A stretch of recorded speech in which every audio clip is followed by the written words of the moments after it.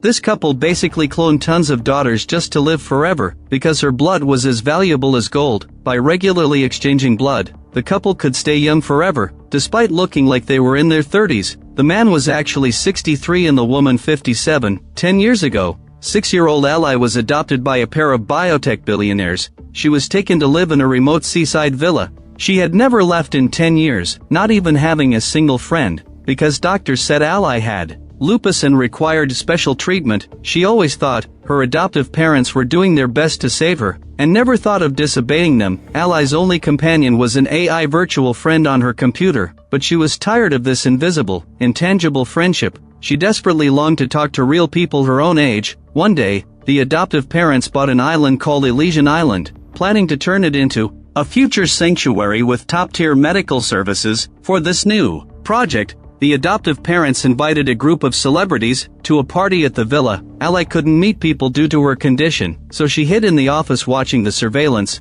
She browsed the cameras aimlessly from room to room. When she suddenly spotted several young boys on the beach, Ally immediately became interested. She snuck out while everyone was busy, and excitedly tried to talk to the boys. But her strange appearance and the red spots on her face scared them away. I caught something on her. Oh, my skin. The rude boys broke Ally's heart. Luckily, a nice girl came over to talk to her, and invited Ally for a beer. Meanwhile, her adoptive mother Georgia came to bring Ally cake, and found she was gone. She immediately called security to search for Ally. The poor girl had finally made a friend, only to be interrupted by aggressive security guards. I'm fine, and I'll be home when I'm ready. In no world is it okay for you to put your hands on me. I'm sorry, miss, but your mother is insisting. Ally tried to argue but suddenly began coughing violently. Either way, she was taken back to the villa. Brooke, the girl who had spoken to her, was also brought before Georgia by security. Georgia flew into a rage when she heard her daughter had snuck alcohol. Did you give her money? No, I don't have any money. You are immunocompromised. Do you want to die? This beach rat could have any number of... Brooke didn't blame Ally for Georgia's words, but was still escorted off the property. This evening, Georgia and her husband Jeff watched the sleeping Ally on the monitors. They both knew that as puberty set in, her daughter's urge to explore would only grow stronger. Jeff thought that instead of strengthening the locks on the cage, a better idea was to throw a juicy steak inside. So Georgia changed her strategy. She invited Brooke to the house early the next morning. Your health is important, but with that, I suppose, so is making friends. No beer. After speaking, Georgia left the two girls alone. Brooke felt a little uncomfortable. After all, she had been dragged in for a urine test before arriving, and Georgia had given her a large sum of money. This wasn't a normal way to visit a friend. Luckily, the two girls didn't care and quickly became close. Brooke believed that even if someone was seriously ill, they still deserved to enjoy life and be beautiful. So, she secretly brought makeup and drew in Ally's missing eyebrows. Then she unwrapped the scarf from Ally's head and trimmed the stray hairs and put on colorful wigs. Brooke genuinely enjoyed being Ally's friend, even without Georgia's money, so she came over almost every day to stay with Ally and gradually learned the family's habits. For example, Jeff and Georgia followed a very strict diet. They not only ate only vegetarian food, but also had a precise daily calorie intake and only ate between 10 a.m. and 4 p.m. for optimal digestion. Brooke also noticed the cabinet next to the kitchen was full of supplements and pills. This night, she headed home from the villa. Her half-disabled brother was playing games in his room. That backpack looks light. I'm guessing you didn't snag the silverware. Yeah, well, I feel bad stealing from the bronze. Brooke didn't want to ruin her friendship with Ally, and with cameras everywhere in the villa, she only stole some pills from the cabinet. They could sell them to pay this month's gas bill. Her brother quietly took one pill and swallowed it without knowing what it was. Half asleep, Ally felt someone covering her head. When the cloth was pulled away, a person in a lab coat was operating various machines. Cold tubes were pressed against Ally's arm, jolting her awake. Ally quickly called Brooke, explaining she had a nightmare and couldn't sleep, wanting Brooke to come over. But Brooke's brother had been vomiting nonstop after taking the pill. She had to stay home and take care of him. Brooke suggested they stay on the phone all night to keep each other company. Georgia watched her daughter coldly through the cameras, and immediately called her husband, pointing out that Ally was too dependent on Brooke. even beyond friendship. If this continued, something bad would happen, but Jeff thought she was overthinking, so Brooke still came to the villa the next day, and found a family video of Georgia and her husband, from 10 years ago. Strangely, a full 10 years had passed, yet the couple looked exactly the same. Does she have a lot of work done?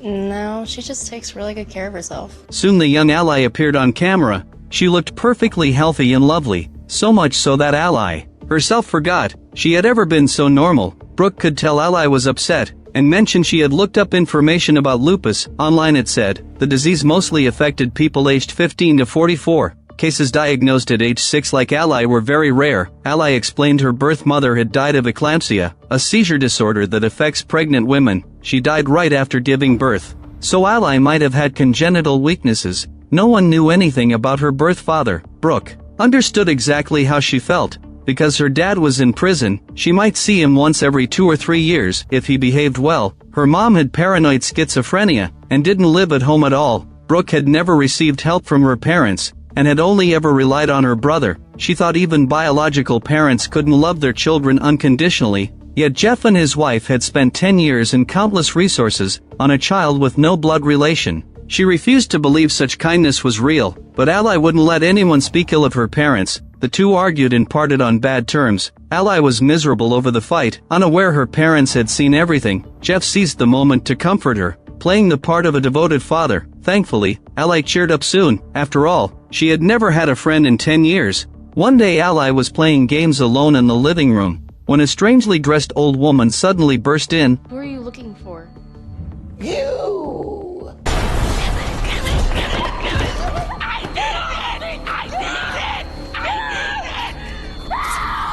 The old woman frantically sucked ally's blood. The commotion quickly drew the security guards. They rushed to drag the old woman away. Georgia came to treat her daughter's wound, and reassured her there was nothing to worry about. That woman was probably a homeless person from the streets. I've arranged for a doctor to come examine you. But from her clothes, ally didn't think she was homeless, and the old woman seemed to know her already. Oh, look at you.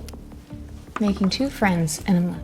Georgia joked the topic away, and ally didn't press further. At the same time, Brooke and her brother took the pills stolen from the villa to someone on the dark web to identify. They said lupus was usually treated with drugs, like prednisone and immunosuppressants, but the pills Brooke had stolen were 1 blood pressure medication and 1 antifungal drug. Taken long-term, they could turn the patient into a vegetative state. Brooke tried to ask more, but the dark web contact hung up immediately. She could only call ally and beg for another chance to meet and talk. Ally was no longer angry and agreed right away. She happily told her parents Brooke would come over to make dinner tonight. Georgia was unhappy but couldn't show it. Brooke arrived at the villa after receiving the text and helped cook dinner in the kitchen. The 2 girls grew close again. Jeff left early that night for a business trip, leaving only Georgia to eat with the girls. But after drinking the soup Brooke made, she suddenly felt dizzy and lightheaded. Ally next to her also began to lose consciousness.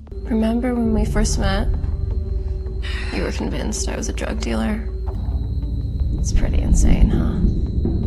As soon as the words left her mouth, Georgia and ally passed out. When ally woke up, she found herself in an unfamiliar car. Brooke didn't have time to explain much, except that her adoptive parents were bad people. They were the ones making her sick. You're a psycho. Allie, stop. Let me out. I'm trying to help you.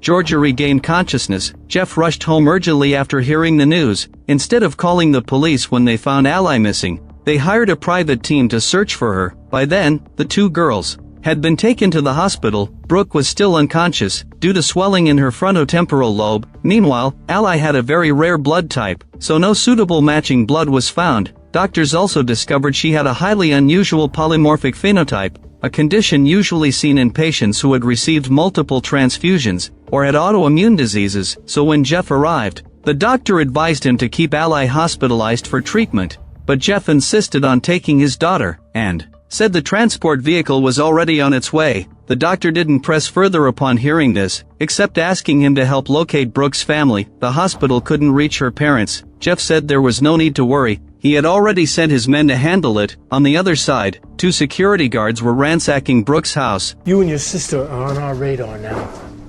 Come anywhere near the bronze, and we'll make sure you stay off the grid completely. they smashed up the place and left. At the same time, Ally had been brought back to the villa. This incident made her never trust outsiders again. Ally promised her mother she would never see Brooke again, yet out of friendship, she begged her parents to look after her. After all, Brooke had no parents to rely on, and was now in a coma. Georgia agreed to Ally's request and told her to rest at home. Exhausted from the day, Ally went back to her room to rest. She had a strange dream in the middle of the night. In the dream, she was in the back seat of the car, but the drivers were her adoptive parents, who forced a creepy smile, which jolted Ally awake. Unable to fall back asleep, she called the hospital to check on Brooke's condition. My question for you is, how are you? Did your medical team confirm my findings? I never heard back from your parents. What do you mean? They didn't tell you? After hearing the doctor's report, Ally rushed straight into her parents' bedroom, demanding why they had lied about her having lupus. Georgia reacted first, explaining that Dr. Morrissey had said it was a misdiagnosis. Your father and I were overjoyed, of course, but we didn't want to tell you, until we were 100% sure he was right, to avoid getting your hopes up. Your father sent the case to 5 specialists and professional labs at 4 universities, but the results weren't satisfactory. Dr. Morrissey meant well, but he's very young, he's inexperienced. Arrogant and way out of his league. He sounded pretty damn sure. Well, he wanted to be your hero. Jeff knew Ally hadn't given up, so he gave her all the reports from the experts to prove he wasn't lying. But Ally had no interest in reading them, and couldn't understand the technical terms anyway. Meanwhile, Brooke's brother grew more suspicious of Jeff's family. The more he thought about it, Morrissey comforted him not to overthink. If they were bad people, would they pay for your sister's treatment? Even so, Morrissey spent his after-work hours researching golden blood. Ally's frequent blood draws, combined with Jeff's company developing anti-aging and cell regeneration drugs, were too suspicious to ignore. He headed to the parking lot with a heavy heart, unaware that a car in the corner had started as well. Not long after Morrissey drove off, his car broke down suddenly. He quickly called a repair service, but the earliest they could arrive was in 2 hours, so Morrissey took out his tools and planned to fix it himself. Just then, the car that had been following him pulled up. A man got out and offered to help fix the tire. Thank you. You're officially my lifesaver. Unlucky Morrissey was most likely dead. Thankfully, Ally no longer trusted her parents blindly. As soon as Georgia left, she spat out the pills and flushed them down the toilet. Ally quietly followed her mother, and watched her walk into an unremarkable room and vanish. How could a grown woman disappear like that? Ally's doubts grew stronger and stronger. Besides, since stopping the medication, her appetite had improved greatly. She could swim for much longer, and didn't get exhausted after just one lap anymore. Being able to stay in the sun for long periods made Ally look much healthier, but Georgia flew into a rage over this, scolding her for staying in UV light too long, saying it would worsen her rash. Ally acted obedient and promised to stay indoors more, but secretly kept flushing her mother's pills. Then, while brushing her teeth at night, she suddenly coughed up a few drops of blood, and things took a turn for the worse.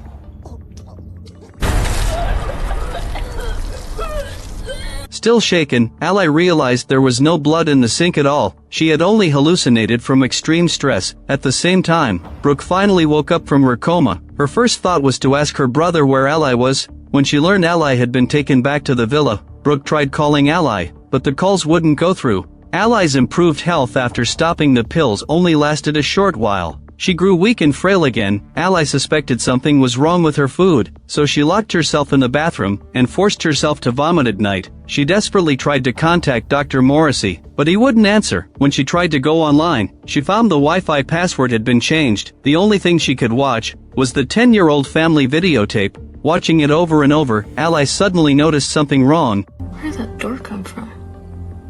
She was certain there was no door in this place. This evening, she only ate a few bites of dinner, then rushed to the bathroom to throw up, and lay in bed pretending to sleep. Georgia came in twice to check on her, only leaving when she was sure Ally was asleep. At this point, Ally opened her eyes abruptly. She quietly went to the room where Georgia had vanished, looking for the door from the video. A vanity mirror stood where the door should be, fitting perfectly with no gaps. Ally felt carefully along the table edge, and found a hidden switch. She pressed it, and the wall rotated to reveal a code-locked door. She tried her birthday and her parents' anniversary, but neither worked. On a hunch, she entered the date she was adopted, and the door opened. Ally's heart raced as she bravely stepped into the basement behind the door. To her surprise, it was huge, winding endlessly. She entered a chamber and saw freezers lined with blood bags along the walls. Her mother and father lying nearby receiving blood transfusions. Ally covered her mouth, too terrified to make a sound.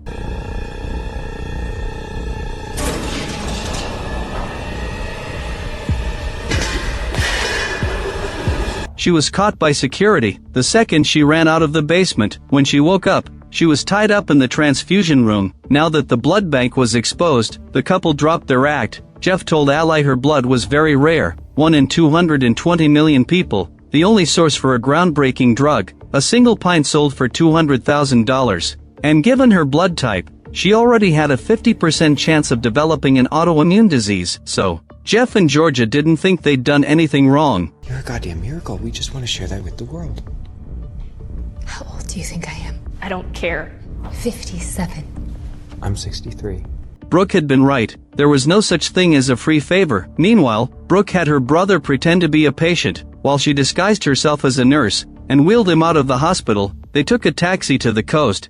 But getting into the villa wouldn't be easy. Brooke told her brother to wait, while she circled the house looking for a way in. Back at the villa, Georgia was about to inject Ally with a sedative, but Ally quietly slipped free, grabbed the syringe, and stabbed it into Georgia's neck. Ally escaped the basement and ran all the way to the beach. But there was nowhere to run, only water all around. Just as she felt lost, Brooke appeared out of nowhere. The two quickly hid. Soon all the guards were out searching for Ally. The three young people snuck back into the villa. Jeff and Georgia had far too much power and influence, so Ally couldn't call the police or the media. Even if they stole a car, they wouldn't get far before being caught. What's more, Ally hated them for draining her health to stay young, so she wanted to destroy the blood bank. So Ally and Brooke headed to the basement, leaving her brother to keep watch outside. They destroyed all the blood bags in the freezers. As they were about to leave, they heard a piece of music. Curious, they followed the sound. To their surprise, a laptop on a desk in an office was playing a promotional video for Elysian Island.